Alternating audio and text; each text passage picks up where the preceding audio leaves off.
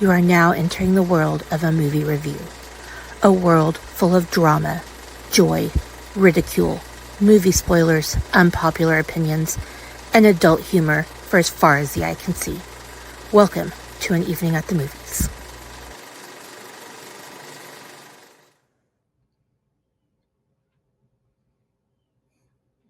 Hi, everybody. This is An Evening at the Movies. I am your incredibly excited to be here host based on a novel by Stephen King, otherwise known as Casey B, otherwise known as me. Um, this is An Evening at the Movies, obviously, the podcast where we eat the fresh popcorn and drink the wine and not drink the sea salt or not eat the sea salt Brussels sprouts. Um, What the the hell does a dried Brussels sprout even taste like? I feel like that's just taking an awful Nope, tasting thing and making it even worse. nope, It, it, nope. it, it tastes like a Brussels sprout, but it's dry. That's disgusting. It's got a little salt on it. So it tastes like feet then. It tastes like Brussels sprouts. Do they smell as nasty as cooked Brussels sprouts? I mean, if cooked Brussels sprouts smell nasty to you, then I would Oh, they do. assume It these makes me. would. The smell makes me want to vomit. I've never even smells tried like- them because the smell makes me want to vomit. Well, it smells and tastes like Brussels sprouts. Cool Yeah. for you. Yeah, definitely for you. But for those of you who are new to the experience and don't recognize or don't know the voices, at the bottom of your screen is everybody's favorite co-host. That way. Say hi, co-host. Hi, co-host. It's me. Hi. I'm the problem. It's me.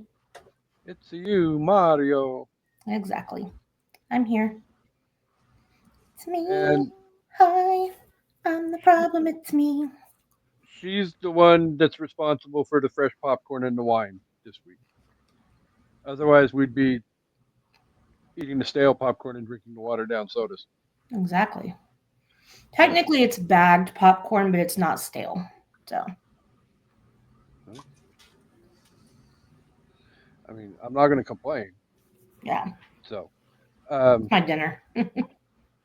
for those of you who have been here a long time, Long and time. a very long time, because we are horrible people with our scheduling and getting everything back in line. But we are happy with the fact that we are joined by one of the OG Unpopped Kernals in the universe. Mr. Kevin Stoner is with us. Welcome back, Kevin. Woo! Yahoo! Hello!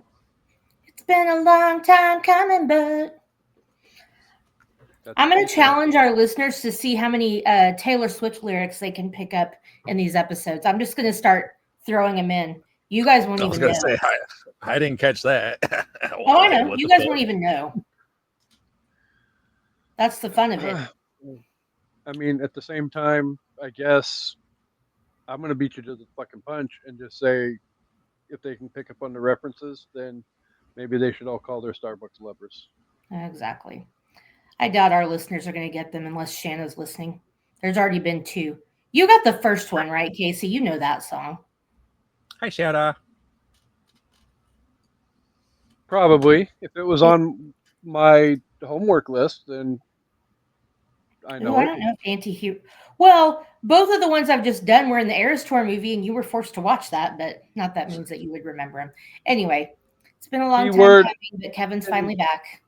that sentence It's been is a long forced. time since. Exactly.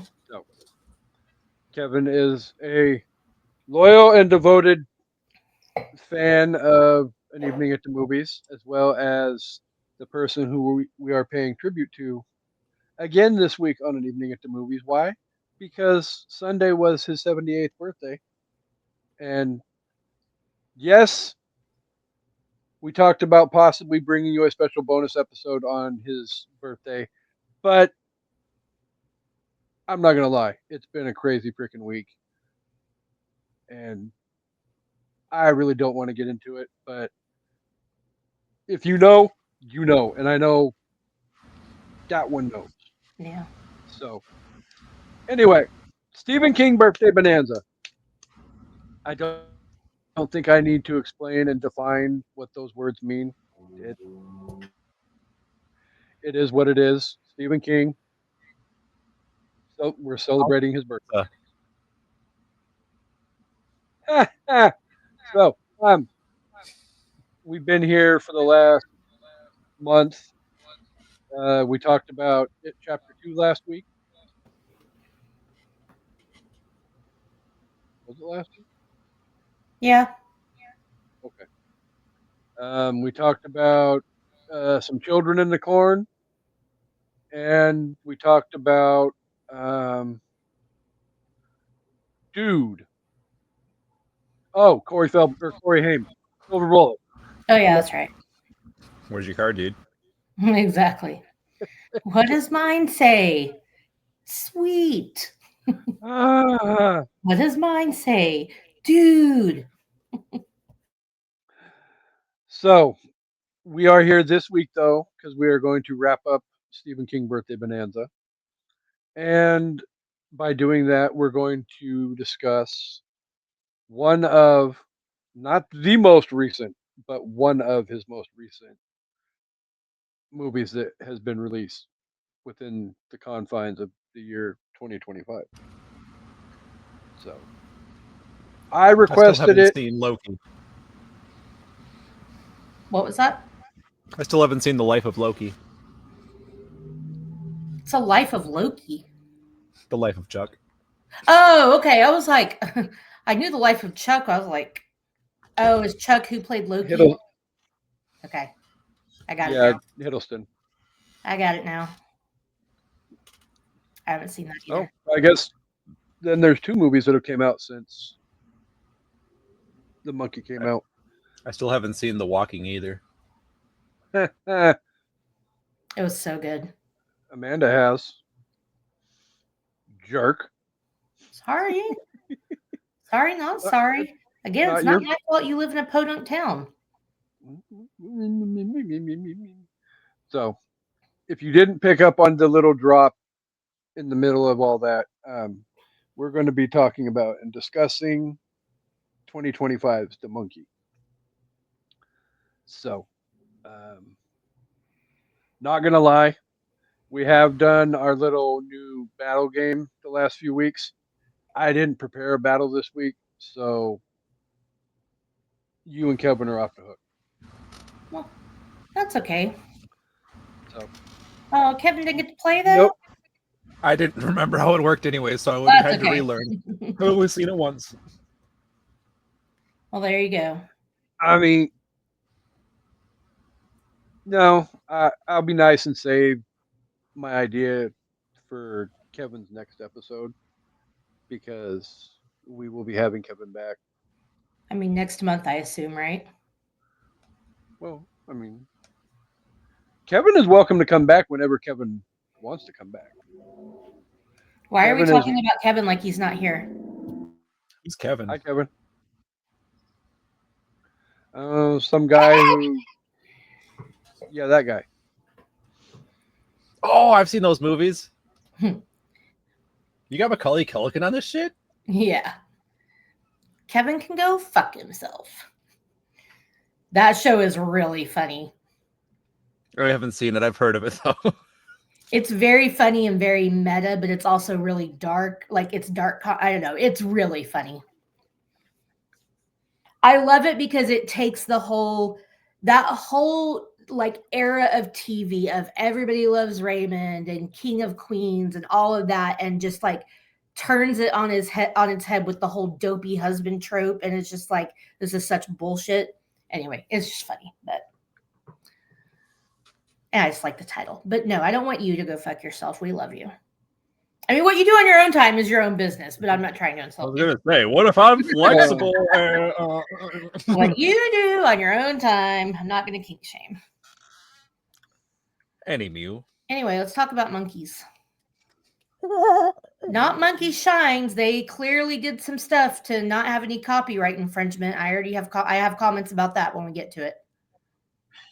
Monkey Shine. Oh, we're gonna get to it because we're gonna have some stuff to discuss in this episode. You don't know Monkey Shines, Kevin? Oh, Kevin's way too young for Monkey Shines. I forgot about that. So like moonshine made by Yeah, I guess- monkeys?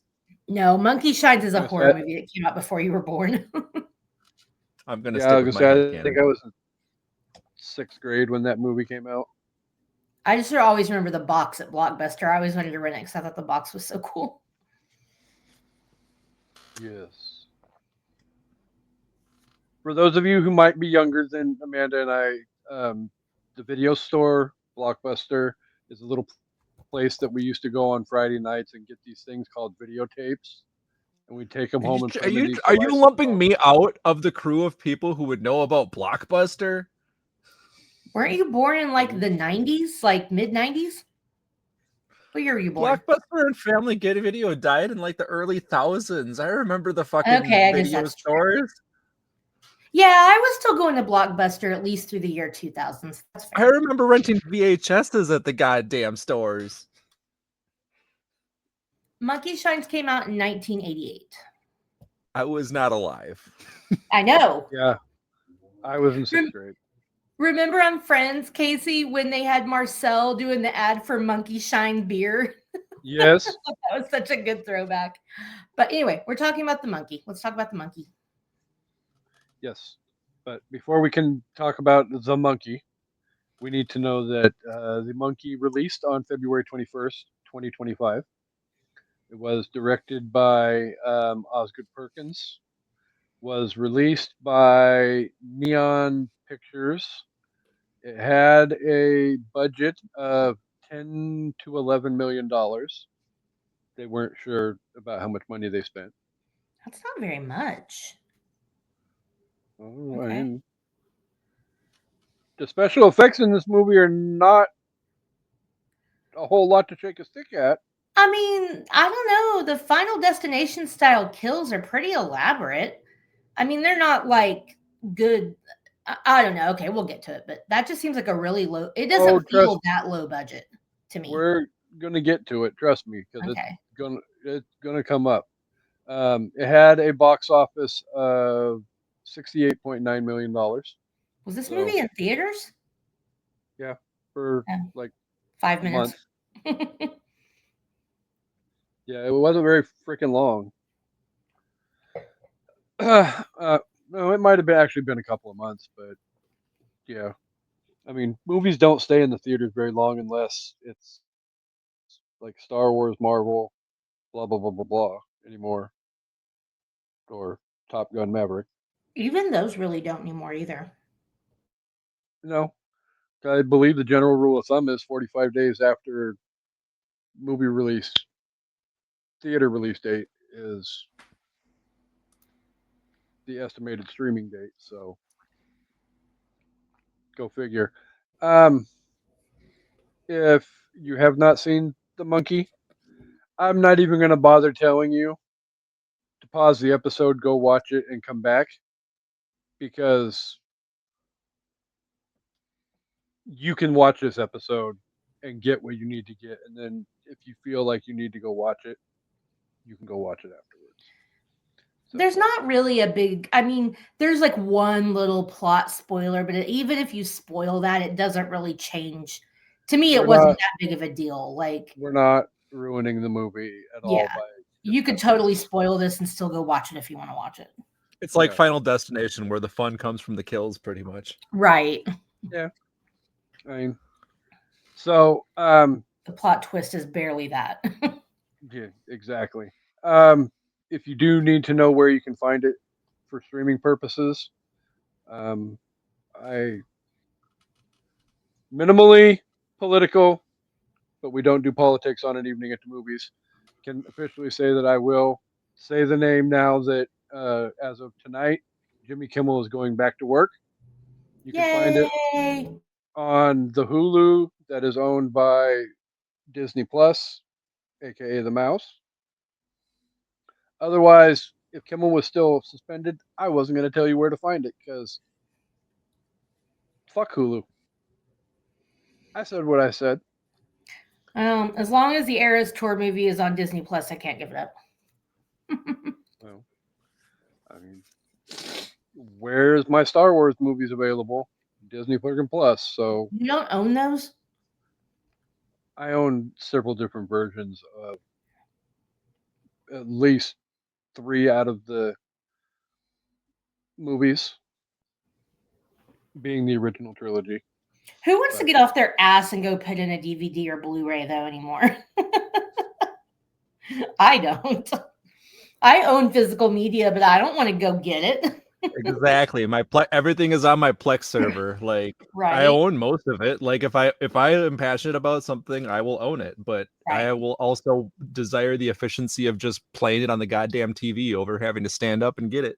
Exactly. Although there are times where it is nice to toss in like a nice 4K Blu-ray or something. Yeah.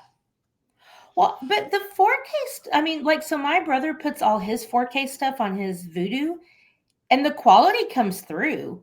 Like, he put Nightmare on Elm Street 4K on his Vudu, and I watched it, and you could definitely tell the quality. Oh, I mean, no, I'm not doubting the quality of streaming. I'm just mean like just sitting down like with a group of people in like a nice theater room and stuff and Oh, putting well, on yeah. like an actual like yeah. All right. interesting. But before we get into our deep discussion and Amanda letting us know about the wealth of awards that this movie did not win. Oh, I didn't even look it up because we haven't had an awards season yet, and this movie came out in February. Yeah, exactly. So there's none of that for you guys. But But it's not going to get anything. Come on. I, if this movie gets an award, I will rewatch Rubber and come back and discuss it again on an evening at the movie. Can we quote you on that? Write it down, Yes. Kevin. Write it down. Kevin's typing it up right now as we speak. Okay, so what awards qualify? Because I'm going to throw out BAFTA, Saturn, Yeah. Oscar. He Golden said Globe, awards. He said and awards. Razzie. He said awards. He just said awards. That's fair. Because it could easily get a Razzie. So you did that to yourself, bro. Yeah, I generally open my mouth and insert my foot. So, not the first time I've done it on an evening at the movies. Probably not going to be the last time. Either. Definitely. So, All right, let's let Kevin go first on the old Rotten Tomatoes game. it is Rotten Oh, Tomato God. game time. For those of you who do not know, I have Rotten Tomato scores, both the tomato meter and the popcorn meter, and I can guarantee you, neither of the two of you are going to be close. Interesting. Because I really feel like I was going to do well on this, but clearly I'm not. All right. If you pull a chance at Greif, You mean cover the spread? yep. Oh, okay. I'm gonna go with 63 on the tomato and 54 on the popcorn. Okay. Well, first of all, I almost always cover the spread, Kasey, so that's not an issue. No Well, comment. unless it is today. You're acting like it is. I'm gonna go. I feel like I went too low. So you think It's got James Gunn on it, or is it James Gunn? Not James Gunn. James Wan. James Wan. That's it. I was like the other fucking James. Well, and the other James, Theo James. Wow. So you think the critics liked it more than the audience? That's interesting. Oh wait, I flipped it around. I meant it the other way around. Well, I'm used to audience score versus critic score. No, I'm just kidding. Okay, I'll keep it that way. I'm gonna say popcorn meter. What'd you say? 54. I'm gonna say 52. And tomato meter, I'm gonna say the critics liked it better too. I'm gonna say 58. Neither of the two of you are right on the tomato meter.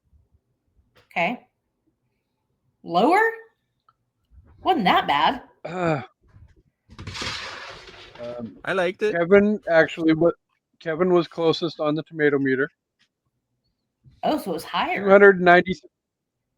293 reviews. This movie got a 77. Shut the fuck up. I have to go read these reviews. I need to know what critics liked about this. Because we've had this discussion before about how the critics generally, especially when it comes to horror, don't know what the hell they're talking about. And you know what it is? I bet these critics are fucking younger millennials and Gen Z, and they're trying to call it artistic and shit. That's what it is.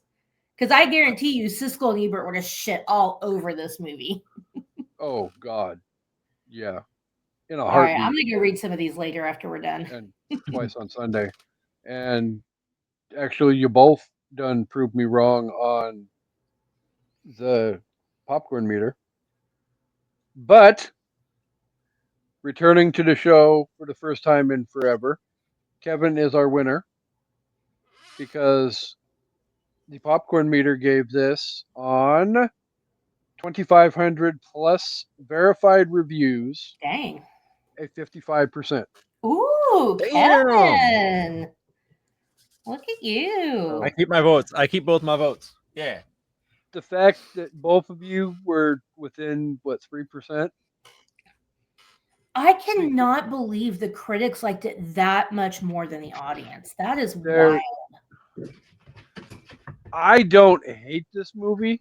I don't either, but And, we'll get to that at the end of the show. But this movie is not a 77% movie. I will tell you, I said I wasn't going to watch it again, and I did, But you did. and I enjoyed it more the second time. I will say that. But all right, well, let's tell everybody what the monkey is about. For the people that don't know, I don't think you're going to need 15 seconds to tell the people what the monkey is about. I mean, no, not really. Okay. After discovering their father's old toy monkey in the attic, twin brothers Hal and Bill are haunted by a series of chilling deaths. Hoping to escape its curse, they discard the monkey and go their separate ways. 25 years later, the monkey begins a new killing spree, forcing the estranged siblings to reunite and confront the cursed toy. Yeah, but they're not reunited for fucking long. Reunited and it feels so good. No, it really wasn't. It didn't really feel good to Bill. Yeah, clearly.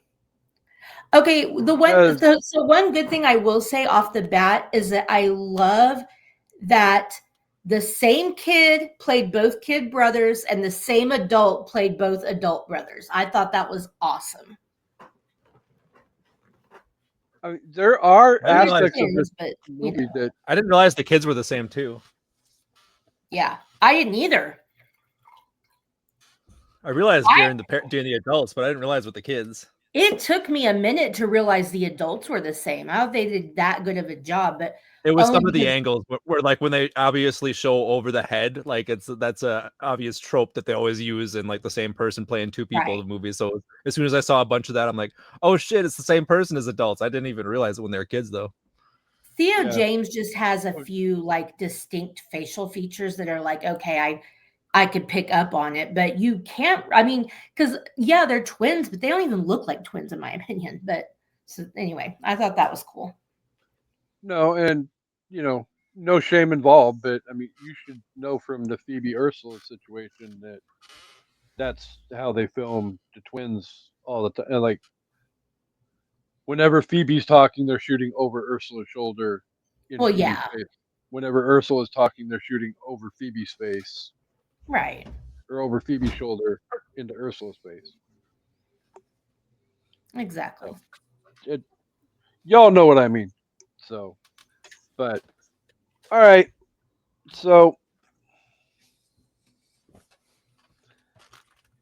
Kevin, we're gonna rip the Band-Aid off. Ooh, not the Milano cookies. No, the Veronas. Oh, okay. Sorry, Kasey. What's a Band-Aid? Okay, so evidently while I plugged my laptop in because my battery warning just came on, what did you find fascinating about this movie, Mr. Stoner? Fascinating. I know. That's an adjective. I mean, it's a The usable death. one, but I don't know. It was a fun. It. That's not what's fascinating about it. What the fuck is fascinating about this film? there really isn't anything.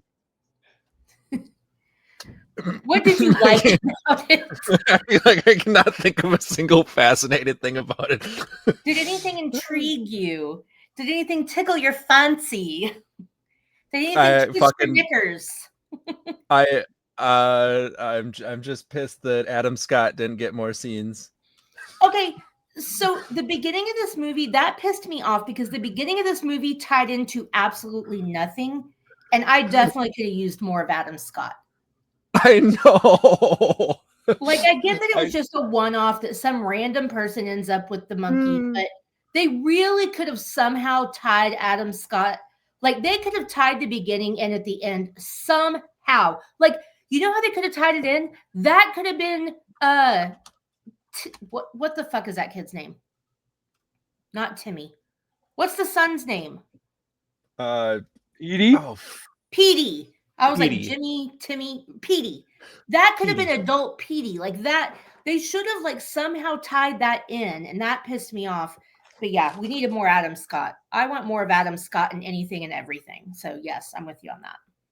But yeah, other than that, it's like the deaths are fun. They were like They're some of so them fun. Some of them were a lot of fun, and just the nonchalantness of the deaths and how extreme compared to how extreme they were was just a fun experience. They're very Final Destination-esque. I actually wrote down my favorite kills. The babysitter I loved because it just came out of nowhere. Like it wasn't even like elaborate. It was just like her and the hibachi guy are making eyes, and then you just see you hear like the swish of the knife, and then she just turns her head, and then her head just slides off, and then it hits the grill. And then everybody starts screaming. So this movie was definitely advertised as a horror comedy, and to me, I found the comedy coming from more from the deaths than anything else. So Kasey, that was one of the things I wanted to tell you, because I know when we watched it together that first time, we were both kind of like saying we were a little bored and we didn't really see it as a horror comedy. When I watched it again, I really did start to pick up on the comedy and the dialogue. It's just very subtle and dry, I think is what it is. You know, like when you're listening to the kids talk, like especially like at school and stuff, and then like obviously the brothers, but like the kids giving house shit, like it's really funny. And just like, you know, when they go to the funeral, the babysitter, and then the pastor's just like, it is what it is. That's the word of the Lord. Like, oh my God. I was losing it during that scene. So I was like, what the fuck is this? And like when they're sitting in the health class and they're watching the thing, and it's like, the penis becomes sensitive to physical and emotional horseplay. What the fuck is emotional horseplay? Like, I would recommend you watch it again. I think maybe, I don't know if I was in a different mood or because I wasn't drinking the first time I watched it, but I only had like one glass of wine. So I wasn't like, I don't know. I think I just paid more attention, and the dialogue was just funnier to me the second time.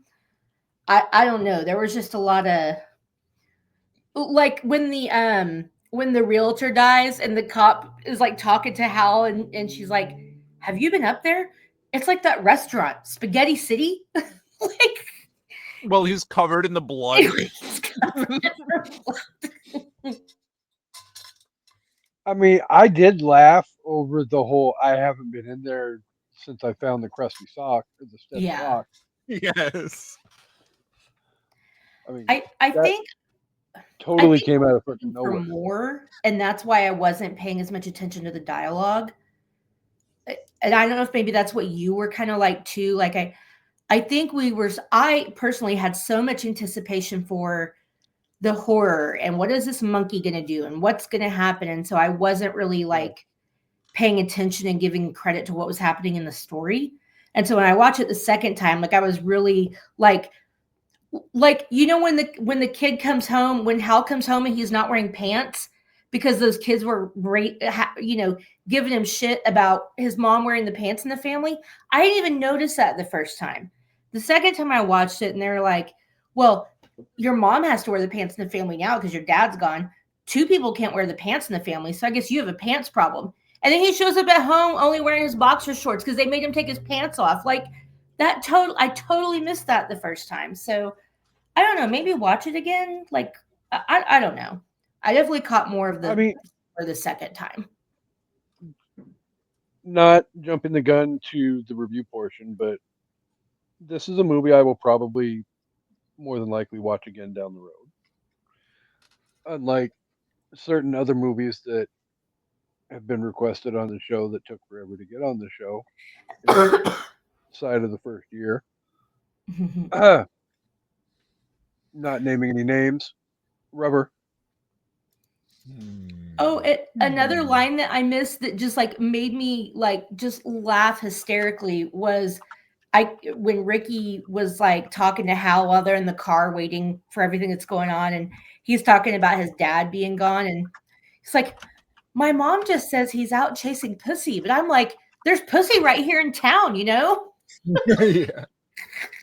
Like, it's just so funny. And I was like, we gotta make like eggs and scramble. I had never heard that one. So that was a good one for me. I don't know. Anyway. There's definitely some moments I felt like there was clearly some dry humor throughout the movie. I think I was probably more thinking of it coming from or expecting it to come from a place like more like our favorite movie from 1985, Clue, where the humor was going to be a little bit more obvious Or smarter. or smarter. Yeah. Yeah. But, not putting the movie down yet, but, you know, but yeah, to echo what you guys were saying though about the death scenes actually are probably my favorite part of this whole 90 some odd minute movie. I mean, Even the if pool girl. even if one of, even if one of them is completely not how it would happen in real life. Which one? Because all of them? I mean, the wasps. The That was pool. great. I mean, you're not going to dive into an electrified pool and just explode. Oh, I don't know. Have you ever dove into an electric pool and not exploded? Yes. Yes. How do you think Really? I got all the gray hair? Oh, okay. That's fair.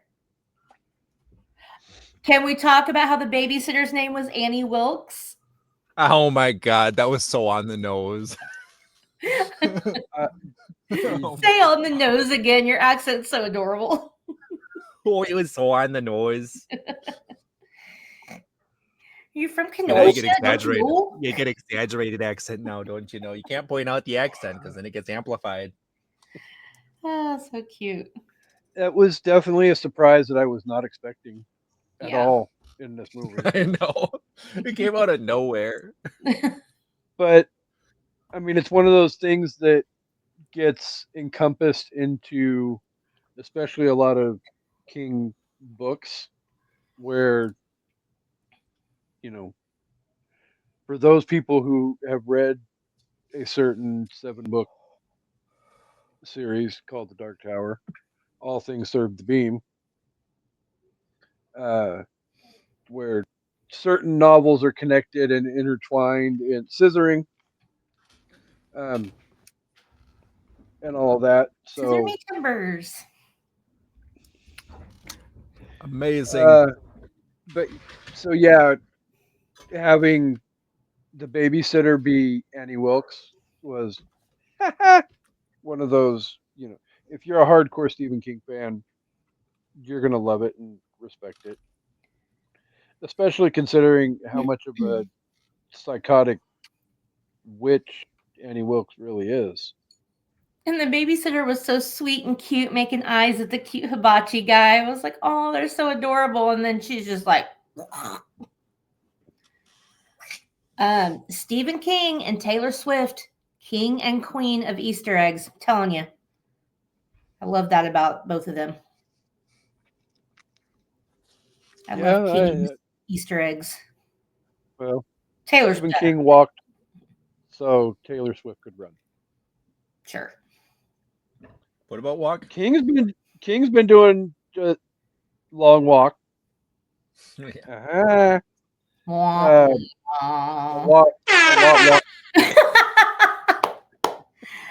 lot. Ooh, speaking of drums, this was the thing I wanted to point out. I feel so. I haven't read the book, so I don't know what the monkey in the book does. Does the monkey in the book have a drum? Does anybody know? Oh yeah, it's very similar story. Okay, because it's been a long time since I've read it, but it's essentially the same way where they're like, "Don't let this fucker beat his drum, or people are going to die." Okay. Because I felt like I was like, are they? And maybe King did, or maybe not. But I'm like, are they doing the drum thing to not copyright like Monkey Shines? Because it's not just Monkey Shines, but monkeys always have the cymbals. It's always like the beating of the cymbals. And I'm like, did they change it to a drum so they wouldn't get in trouble? But okay, if that's what he did in the book, then that makes sense. But yeah, when he's just holding that one stick up in the air, I'm like, maybe it was chimes in the book, and I just don't remember. But historically, those toy monkeys always are beating cymbals. So I was like, but I don't know.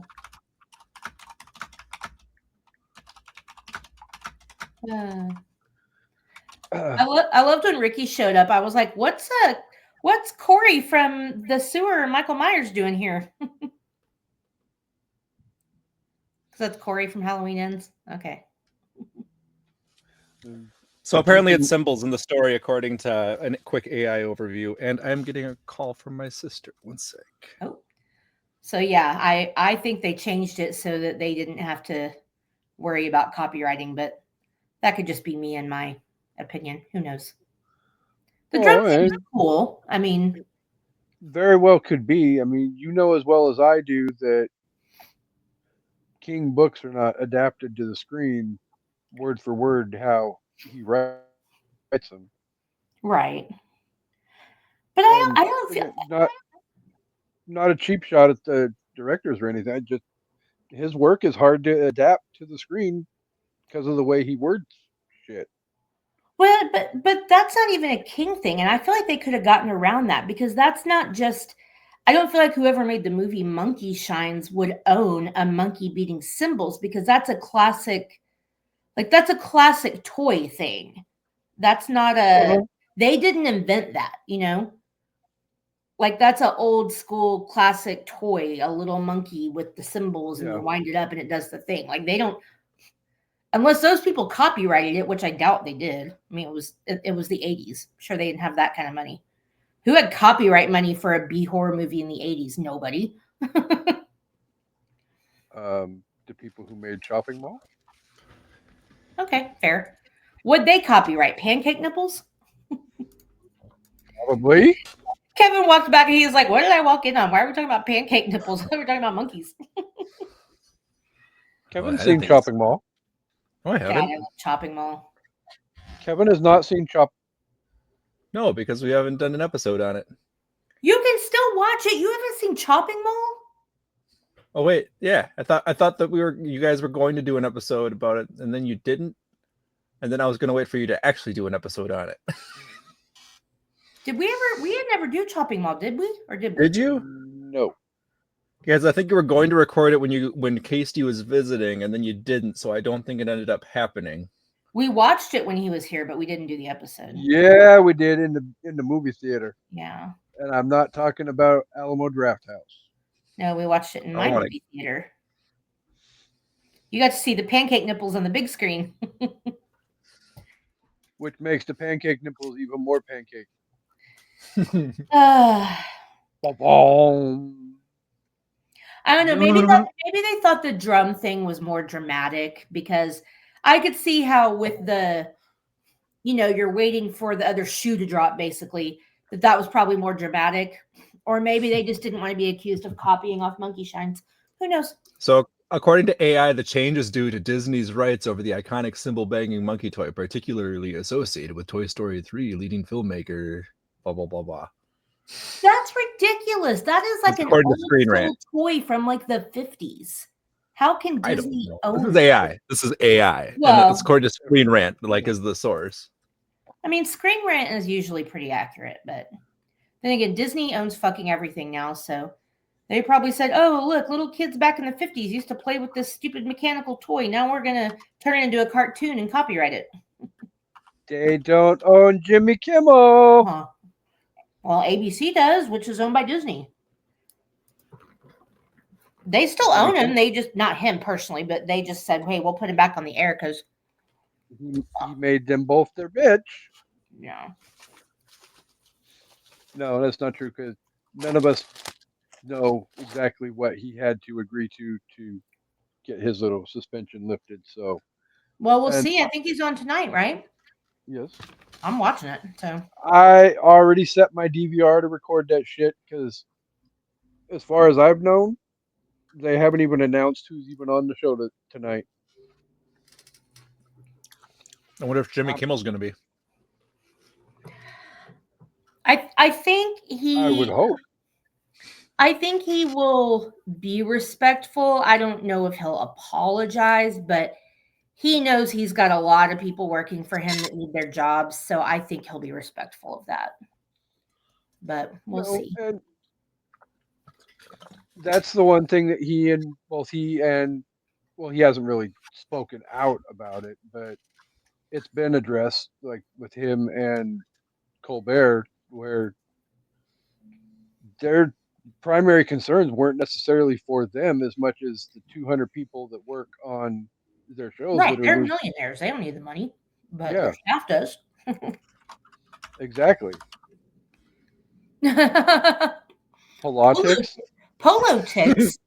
Politics. Like, water polo or like horse polo? I'm ready to talk about that. Marco Polo? Marco. Okay. So back to the movie. Kasey, when you brought up Clue, there is one moment that I did think was a little Clue-esque. And that was the part where the realtor got killed. Where she opens the door and, just explodes. And Petey's like, is everything okay? Yes. And he's just like, he just wipes his face and he's like, yep, everything's fine. That felt like Clue to me a little bit. We're just like, yep, 2 corpses, everything's fine. I can see that. He's just like, yep, I'm good. This is my new normal. So, yeah. So the elephant in the room. Was there anything that either of the two of you particularly and inordinately did not care for about this movie? The lack of Adam Scott. Well, I mean, that's a pretty given. She's got a smile that... Never mind.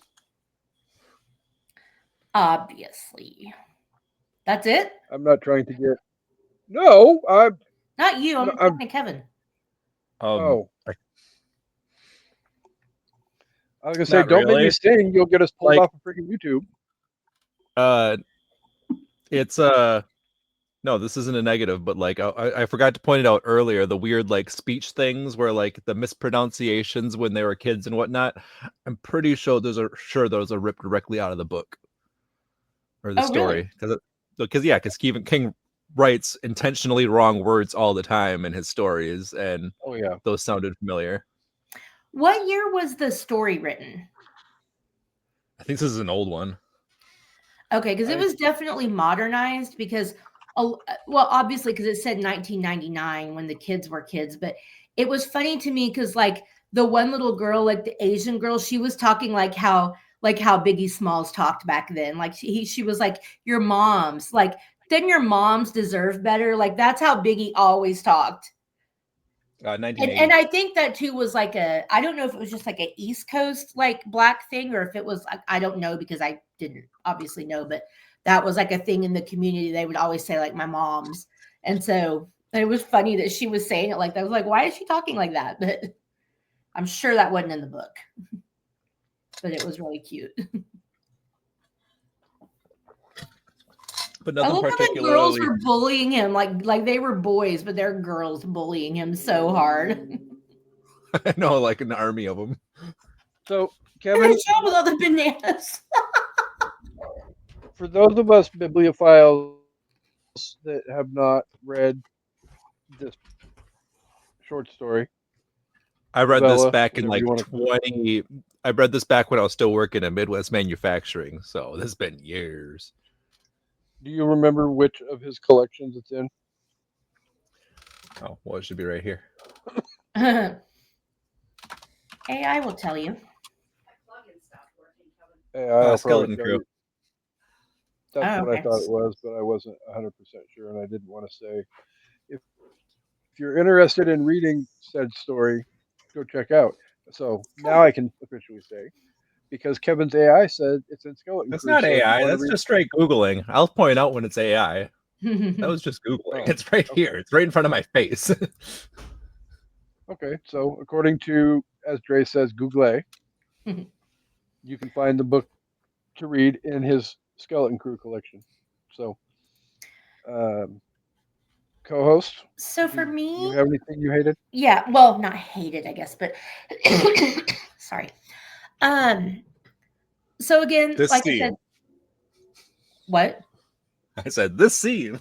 Oh, the first time I watched it, again, I felt like I was a little bored and kind of like I said earlier, I wasn't I wasn't paying as much attention to the dialogue because I really was like more focused on the horror aspect. So watching it a second time, that was better. But what I really felt like didn't work was the parts where they really tried to make it like kind of sappy. Like they try to have like this big moment with the brothers and kind of like after try to go into like this, kind of like monologue about life and death and all this important stuff. And it just, with how like cheesy all the deaths were and kind of like the dialogue and just like how it's supposed to be like this blunt horror comedy, like how just ridiculous this movie was, I felt like that didn't really fit. The couple of cute moments with like Hal and his son where he's like, you were an accident, but you're not a mistake. Like I thought that was sweet. And I felt like maybe they could have taken some other parts out and maybe developed the relationships more. But the specific part at the end with like Hal and his brother felt like rushed and a little too late. But then it was kind of funny that they're like kind of making up and then he dies. I know. He's just kind of like, oh, looks like you guys are going on a road trip. Wish I could do something like that. And they're like, hey, come with us. I will say it was funny too when he's like, so basically what we find out for people that don't know is that Hal went back and dug up the toy. They tried to get rid of it. He basically wanted to kill Hal. And so he's been like turning the key and running the toy and killing people. And he's like, Hal's like, why? He's like, well, you killed my mom. And he was like, she was my mom too. And he's like, oh yeah. Like, kind of forgot about that. So ridiculous. I don't know. I guess I just felt like they tried a little too hard to insert some sappiness in there. And they did it with humor, but I don't know. It just felt a little clunky. And then the end I have a problem with because I didn't. You don't like the personification of death? I guess I didn't understand why people were still dying. Like, I get that they didn't destroy the monkey, and they're kind of like, what are we going to do with it? He's like, we're going to keep it close. We're going to make sure nothing happens. But they're just driving through the town, and all these people are still dying. A bus full of cheerleaders was pretty funny, but yeah. It didn't make sense to me why all these people were still dying. I didn't feel like that was explained well enough. The conclusion my head came to was that it was just because of how many times it went off, so it was just catching up.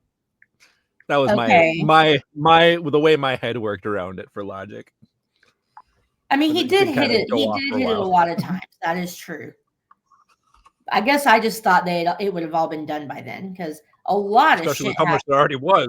Planes crashed, shit blew up, hanging people fell through the building. Like, a lot of fucking people died. So I guess I just feel like, why are people still dying as they're driving? And they don't even care. So they already knew it was going to happen. So yeah, maybe that is why. But the end just felt weird to me. I didn't understand it.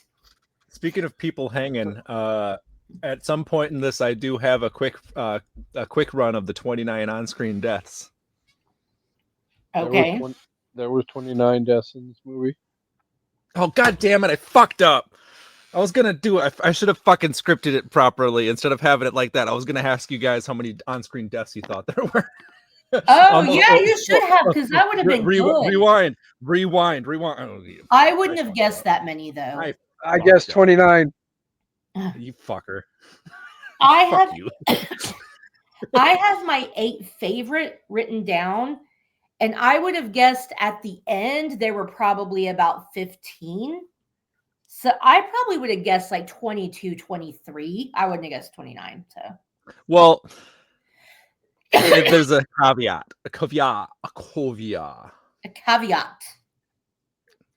I've seen that movie. It's a weird movie.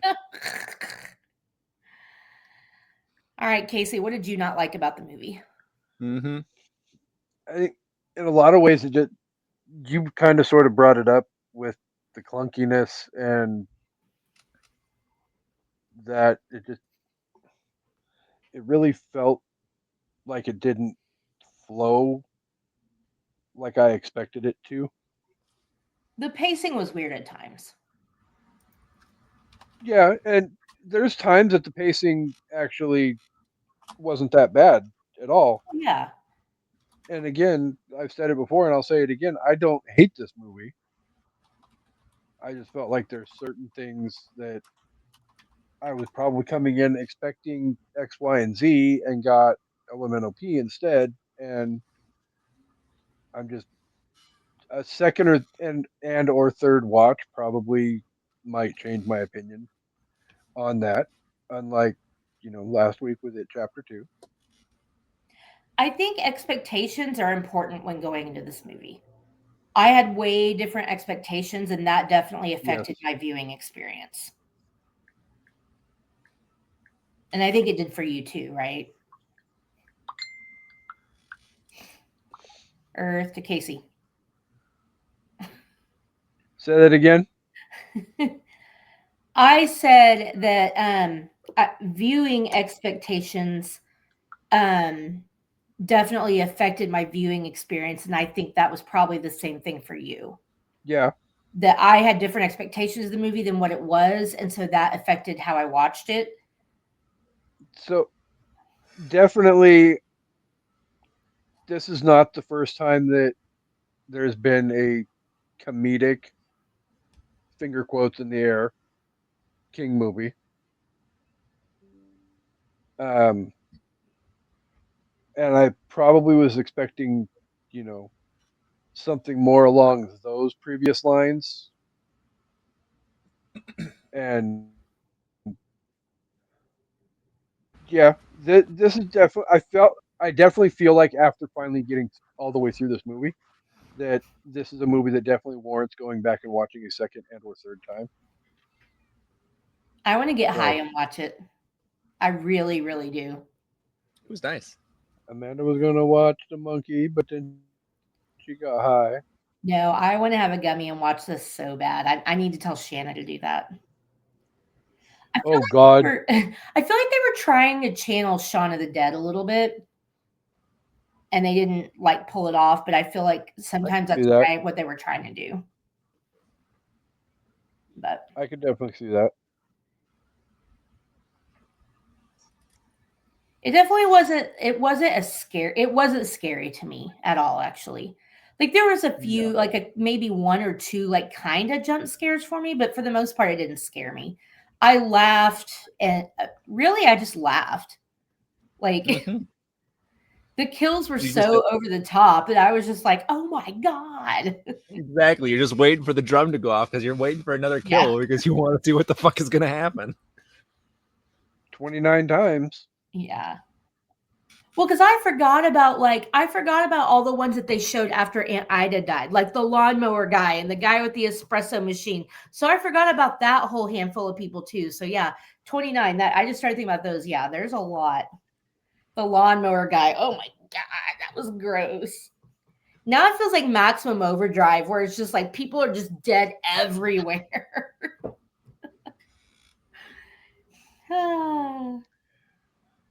Good times. Yep. Are we ready for top fives? Or Kevin, did you have anything else you wanted to say about the movie before that's not in your review? Or well, all I got is the top fives and the 29 on-screen deaths list. So I don't know when you want to do the 29 deaths list thing. Well, I mean, if you want to read through them real quick, you can do that. The floor is yours, sir. Okay, so we got harpoon disembowelment, hibachi harpoon disembowelment, hibachi decapitation, aneurysm cake, trampled by horses in a sleeping bag, falling into lures, then burned at the stove, then impaled by a yard sign, electrosplosion in a swimming pool, lawnmower shredding, espresso face melt, cobra bite to the throat, lion witch and the shotgun. That's funny. I go with that one. Good one. Choked on a vape by a rake. Shit, that man, was a good one too. Swarm of wasps in the mouth. Airplane explosion, killing the pilot, the groom, and the priest who fell, and then the bride who would have survived parachute hanging. Decapitated by a bowling ball. Impaled by a surfboard. Baby on fire. 10 cheerleaders decapitated by a passing truck. There was only 10 cheerleaders that got decapitated? According to the the article I was looking at. I felt like there was more hanging out the window than that. I think it's because they all had pom-poms out the window, so it looked like there was more. Oh, that would make sense. 2 pom-poms per cheerleader. Yeah. That was so brutal. That made me, I was like, oh my God. I burst out laughing. I was like, oh my God, what an end. That definitely was a great Final Destination-esque moment to end the movie on. Aunt Ida definitely had a Final Destination death. Like some of them were just like ridiculously stupid, but I would say Bill and Aunt Ida definitely got like Final Destination for real, like deaths. Oh yeah. Oh, so. Bill's definitely watch it prime. Sure. Great. All right. Well, Kevin, you're the guest, so let's do your top 5 first. What did you come up with? I don't know if I'm even going to be doing this right, and it's going to be hard for your guys because I suck at doing shit on the spot. But top 5 ahead of time. I gave you didn't tell me the topics. You pick your own topic, buddy. I know, but I'm saying it's going to be hard for me to do your guys's. No, you don't have to do ours. No. Oh, what? You just pick your own topic and you do yours, and then we all each do our own. You don't have to do ours. Oh, okay. I see. Yeah. Okay. Top 5 darkly comedic deaths. Okay, that's a good one. All right, let's hear it. Number 5, burn after reading, The Closet Surprise, The Instant Death with Brad Pitt. Oh, I forgot about that. It's just out of nowhere, and when it happens, you just can't help but laugh because it's just so out of nowhere. And of the classic Steve Buscemi wood chipper, Fargo for number 4. Number 3, the Zoolander gasoline fight, the city play. Wake me up before you go. Number 2, another classic, Marvin and Pulp Fiction. Just out of nowhere. Are you trying to tell me that God came down and stopped the bullets? Bam! And my number one is Hot Fuzz falling on the church spire. Oh my god. Sorry, I'm laughing. It's making me cough, so I have to keep muting myself. Yeah, good. That was good. All right. Okay.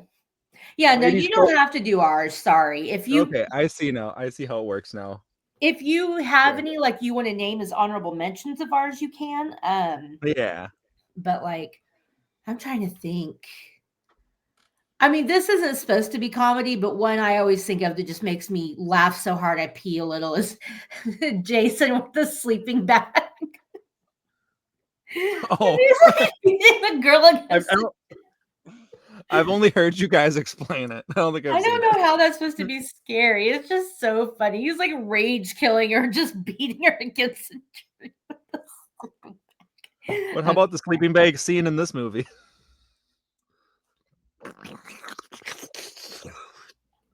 Wait, what? I don't remember that.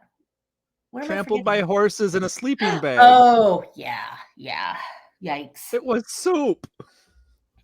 Oh my god, I forgot about that Zoolander thing. It's so funny. Oh man. Okay. So for my top 5, I did top 5 killer toys in movies. Interesting. So my number 5 is from a very old 80s movie called Dolls that I don't know if a lot of people have seen, but it is Mr. Punch. So Punch and Judy dolls in that movie, and Yeah. Punch is really mean. Yeah, he's like the wooden doll, and yeah, he kills Judy, and he's really creepy looking. Number 4 is the monkey from the Monkey. He's a pretty sadistic motherfucker. So Mhm. yeah, It's only fitting. yeah. Number 3 is Annabelle. That bitch. She scares me. Yeah. Fuck that bitch. Yep. Number 2 is the Poltergeist clown. One of the main reasons I'm scared of clowns. That thing terrified me to no end. Like I would be scared to get out of my bed and put my feet on the floor if it was dark because I really thought that clown was under my bed and it was going to get me.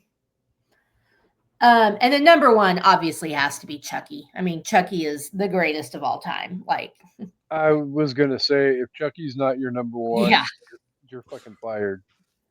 I'm your Mhm. friend to the end. Heidi ho, ha ha ha. And then do you guys have any that I didn't name? I have honorable mentions, but I don't know if you guys have any. I don't have any. Killer toys. I'm trying to think of if there's any that There's not a ton, but Robert. well, Robert's not a toy. He's a He is in my heart. I own a Robert. Some people might call that a toy. I had the Puppet Master puppets, Megan and Billy from Saw. The little doll on the tricycle. Oh yeah. So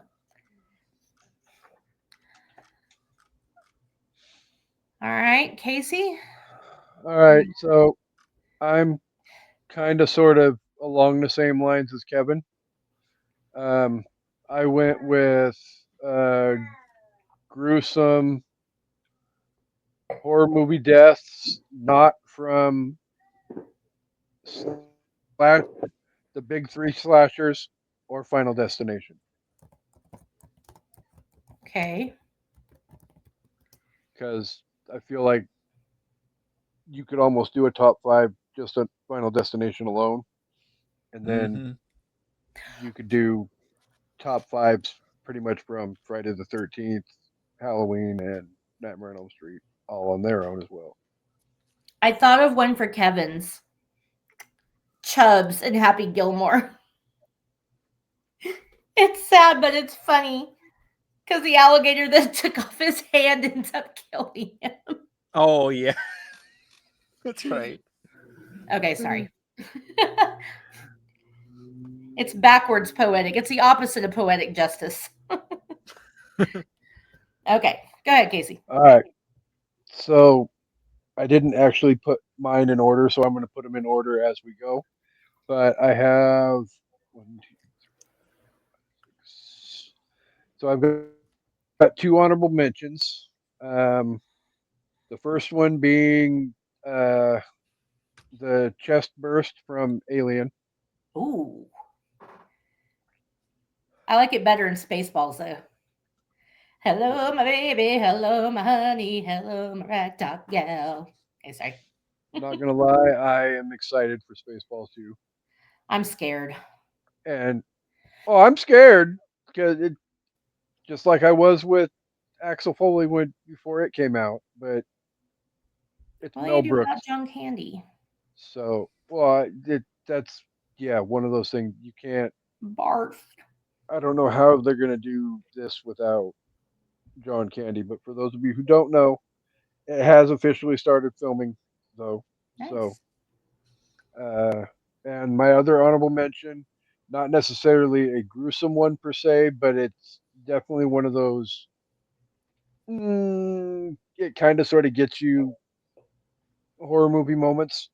I'm titling it Carrie versus Matricide, otherwise known as Carrie and the Thousand Knives of Death killing her mother. That's a good one.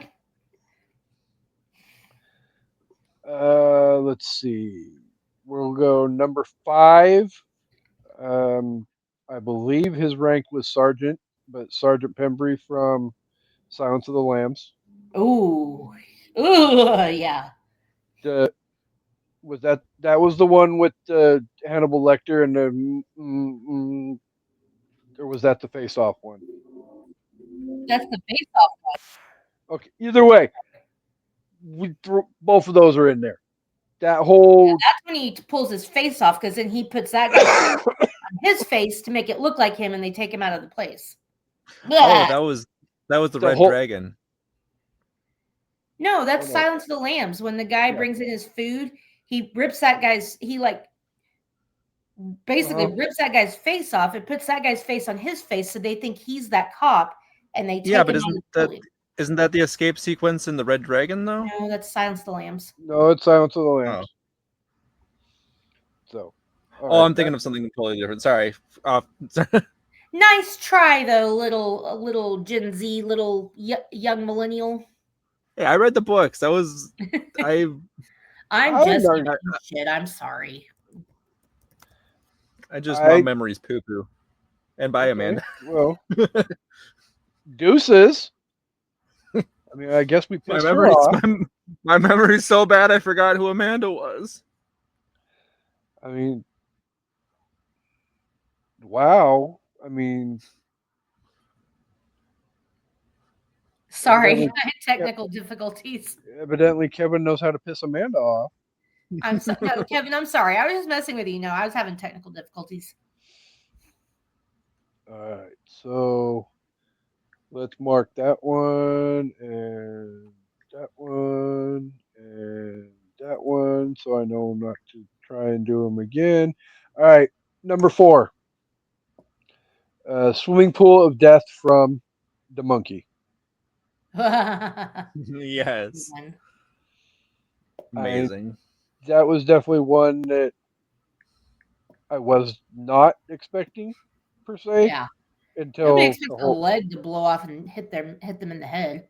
yeah until the whole process started. Then it's like, oh, this is not I going to saw the end well. water starting. I was expecting an electrocution, not a fucking electro explosion. Right? Okay. That I did not expect some girl's leg to smack me in the eyeball. that's what I'm saying. Okay, that one's marked. So that means we've got what, three left now. The next two are from the same movie, Ooh. and I know Amanda loves this franchise, so Amanda loves actually both of the franchises that are going to be in the next three entries. So, Okay. uh, number three, let's go with Acidically Angelic from Saw 3, Ooh. otherwise otherwise known as yeah, the cop who is has to get the key to the locks that are buried into her rib cage out of the acid, and I don't want to hear this. yeah. It could have easily all been from Saw too. Well, I mean, the next one's from Saw 2, and well, not Saw 2, but both of them are Saw 3. Saw, But comma also. yes, um, number 2 is going to be the crucifixion, um, otherwise known as um, Mr. Elastic Joints. For those of you who have not seen the movie, uh, go watch it, and that'll explain what Elastic Joints is. I don't want to know. Well, you've seen the movies, so you know, but I don't want to explain it anymore. I know you're aversion to torture porn, Yeah. so I don't want to creep you out anymore because I expect that you're going to love the fact that my number one most gruesome death that I have seen in a horror movie is the upside down hooker from Terrifier. I've heard about that. It's nasty. I mean, it's So one thing to execute a death like that in a Spielberg type fashion, like from Jaws, but geez, Damien Leone did not Spielberg that death at all. He pretty much shows every aspect of the. yeah, no. Not going to describe it for Amanda's sake, just because she's the I've amazing heard that's a co-host good on. movie to pop on at Christmas with the family. No. So you know what I was thinking to add to that, and Kevin, speaking of Red Dragon, Red Dragon's the second one, right? I don't remember the order. Red Dragon's technically the first one. In the sequence of the movies, Red Dragon is the second one, right? Third. Okay, whichever one is the second one when they're in Europe. Hannibal. That would be Hannibal. The cop, the like Interpol guy that gets killed and they like hang him like a crucifixion style almost. You know what I'm talking about? Bows out. Yes. Yeah. Yeah. That. I would add that. Hannibal Lecter literally asks the guy bows in or bows out, and then slashes him. Oh, was yeah, it that's him that right. did it? That just Okay, yeah. Neck yeets him out crotch, the window and just and then yeets him out the yeah. window. Yes. Yeah. That Oh. traumatized me. Awful. And then the other one that I would add is in Gone Girl when Amy kills her high school lover that he takes her in when she's literally like trying to escape from him and she's like fucking him and she slits his throat with a box cutter with like an X-Acto knife while he's orgasming. There's like blood everywhere. That was brutal. Yeah, that. Slit his throat mid-orgasm, didn't even let him finish. And she's wearing all white and there's like blood everywhere. It was so gross. I ain't seen that one.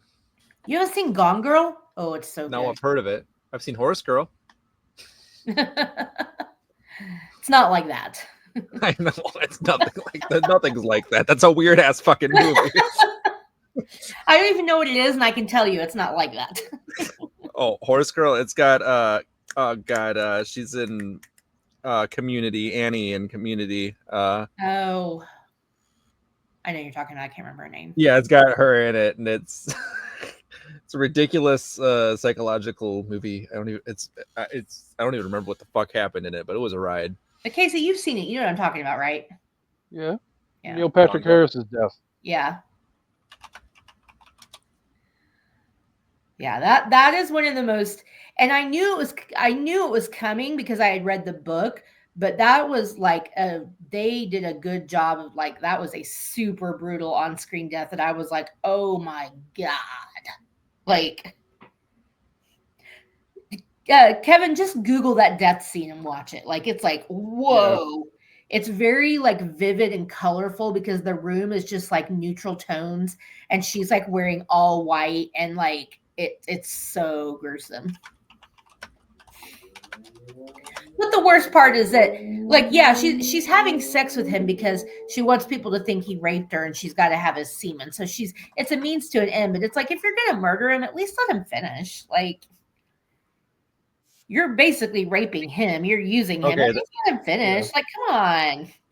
That's just a clip of her after the fact. Yeah. I was gonna say Kevin's watching it. No, While- afterward, you while gotta we watch speak. the whole scene. It's brutal, and the music I is just like saw the Yeah. aftermath. What are the you talking music about? She's is wearing a chef's red. kiss. The score is chef's kiss. But anyway, all right. Well, that was fun.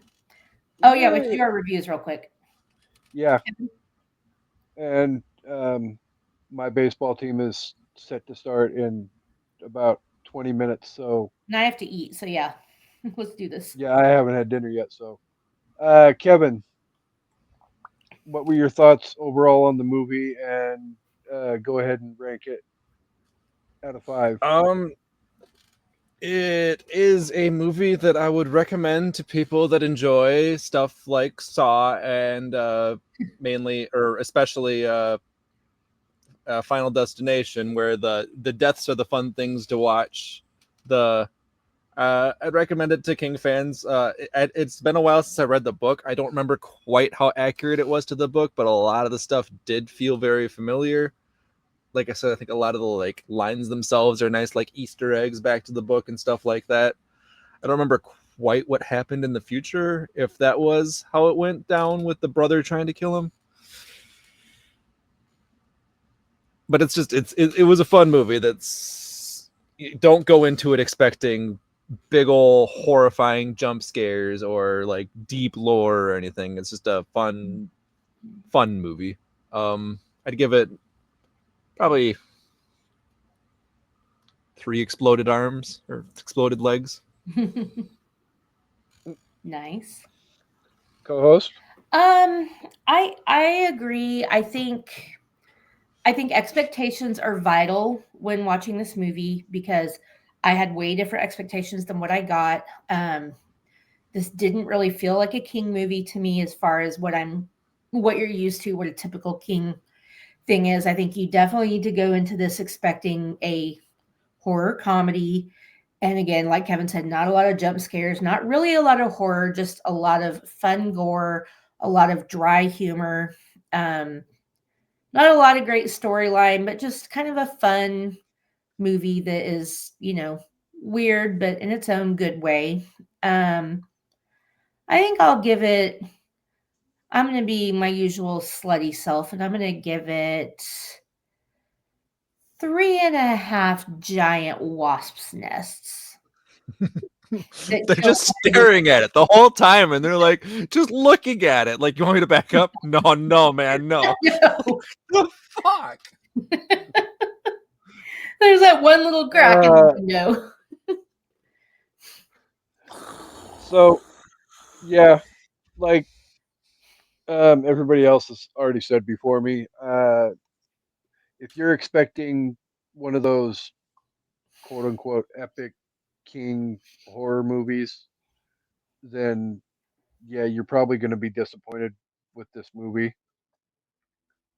If you're coming at it with an open mind and just expecting a fun horror movie, then I could see how it might be something that you would enjoy.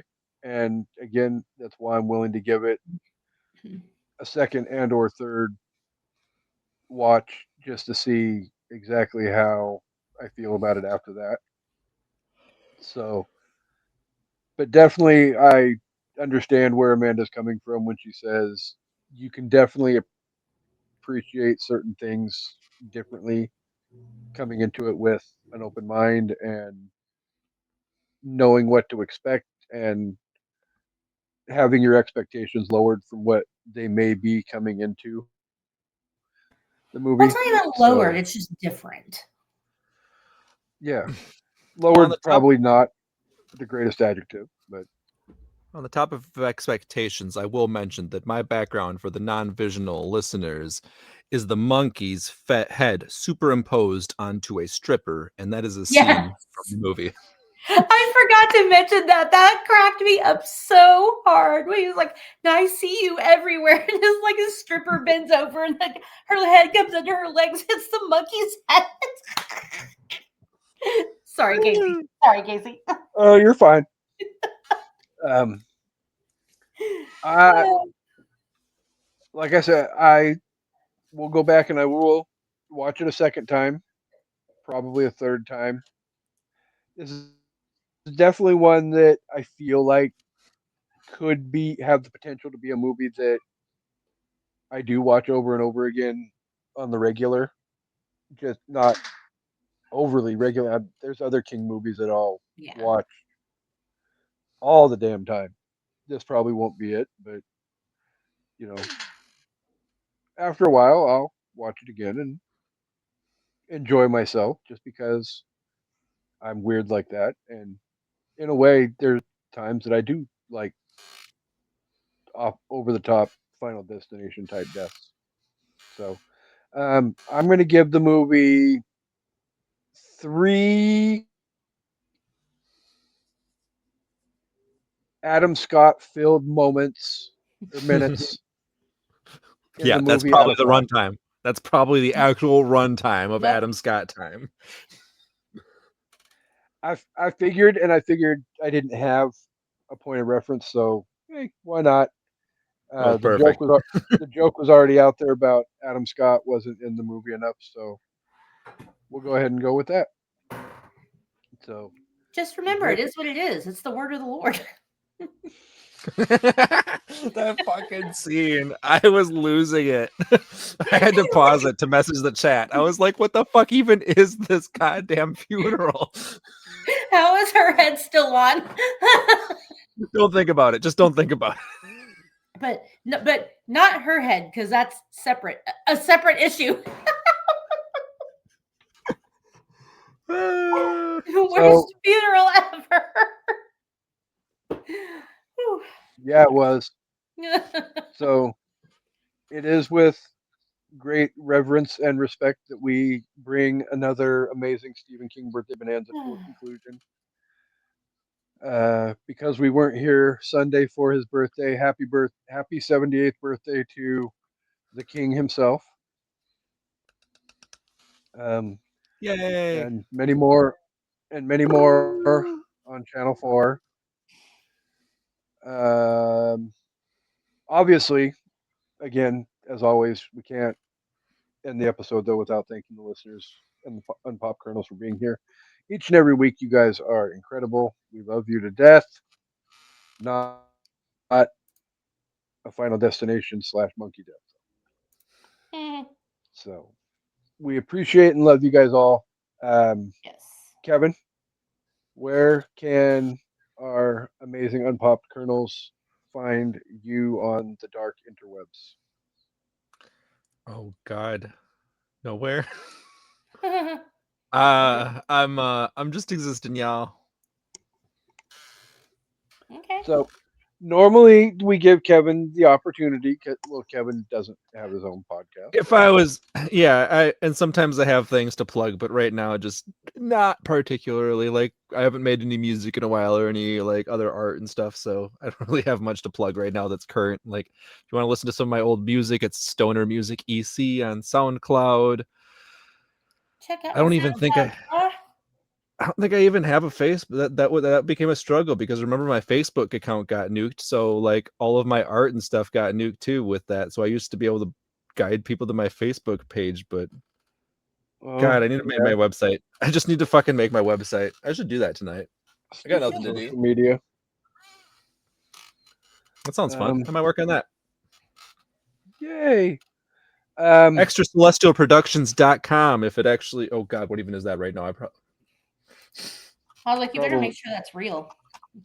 I was going to say probably real. Already owned by the mouse. The mouse? Why is it forbidden? I own this.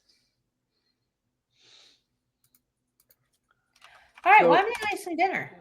While Kevin looks that up for us really quick, coming up on an evening at the movies, we will be progressing from Stephen King Birthday Bonanza into Halloween Horror Fest 2025, which means coming up next week on an evening at the movies, and the week after that, it's Amanda's two favorite weeks out of the next month because we're going to be talking about Killer Clowns from Outer Space, and we're going to be talking about a clown in the cornfield. Sweet. So, for those of you who Is don't it a know, child clown? oh no, Friendo is definitely Friendo. I haven't even watched So it yet, so I have no idea. Is it good? I haven't watched it yet. I've read the book. Oh, Oh, So, it's a book. Nice. yes, there is a 3-book series of books that go along with the movie. So, kind of along the same lines, not similar to Five Nights at Freddy's. So, after those two, we have House on Haunted Hill, where we're in discussions about whether or not we're going to just do the OG or whether we're going to do a compare and contrast between the OG and the 1999 remake. So tune in for that. And then we'll end Halloween Horror Fest with a little trip back to Haddonfield, Illinois for the return of Michael Myers, also known as Halloween 4. And then sounds good. official announcement, they're officially now committed, whether they like it and or know it or not. But the Twinjas from Mount Sipmore will be back with us in November because we're going to put the kibosh to our trip into the universe of Harry Potter, and we will be talking about Deathly Hollows Part 1 and Part 2. So you have all that stuff to look forward to as well, and some obviously other stuff as well. We're always doing stuff, and we've got uh, theme year 2026 coming up as well. So here in the next couple of weeks, we will That's start. months. Huh? That's months away. That's what I'm saying. I'm like, Evan, what here are in the you next few doing? weeks, we'll we'll start the What? process of letting everybody know he's typing. What, can you hear that? So Yes. Oh, oops. I thought that there was noise cancellation on. Sorry. Kevin. So, but yes, one last time though, happy birthday, Stephen King. Yes. We will be back same time next year to welcome and celebrate his 79th birthday. So stay tuned for that. Lots of big stuff coming up though. Co-host, it is food time. It is baseball time.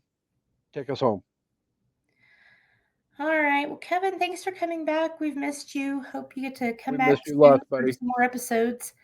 Thanks everybody for watching and listening. We hope you had fun this month with our Stephen King birthday bonanza, and we hope you all come back for an evening at the movies. Goodbye. Thank you. Bye. Thank you. Bye. Peace and no rubbers. Ew. Grease.